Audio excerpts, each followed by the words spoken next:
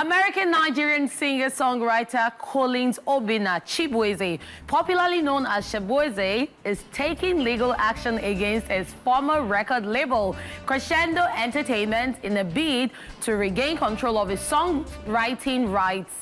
The singer-songwriter, whose track A Bar Song Tipsy became a breakout hit, has filed a lawsuit claiming that the label is making it impossible for him to regain publishing rights to his music, despite a provision in his contract which lays out a clear roadmap for doing so.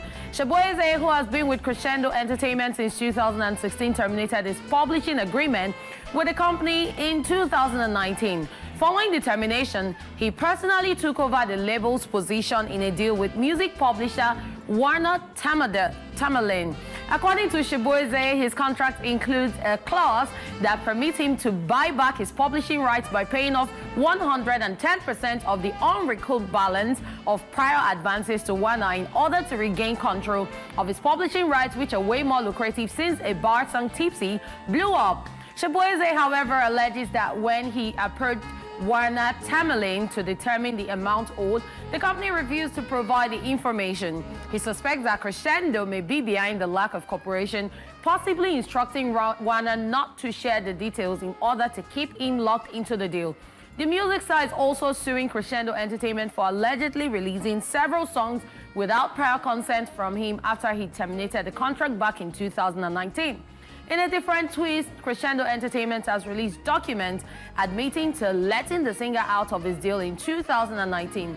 However, it says there were strings attached, as they claim his exit deal still allowed them to collect money on all his musical compositions, thereby alleging that Shaboozey knew that was the agreement. The label further stated that Shaboozey is only acting like he didn't know because A Bar Song Tipsy became such a massive hit and he doesn't want to share the wealth with his old label. So now Kreshendo Entertainment are suing him for more than $2 million. Oh, wow. Lawsuits counter-sue. Okay, this is such an interesting one. Yes, it is. You know, every time we talk about record label issues right here with artists, and this is another one, and the fact that this is not even here in this climb, it is in other climb. Yep. And we're looking at, you know, the artist thinking that, you know what, let me just pay them this amount and then I'll be in charge of all my stuff. And they are saying that there were clauses to it. And I keep saying it goes back to what we've been saying. We've said this over and over, and we said that you should always read your contract. Yep. But then again, if there is something shady in it, because he explained his own side, if it is shady and they're not making the information available to him, and it wasn't the arrangement in the real sense of it.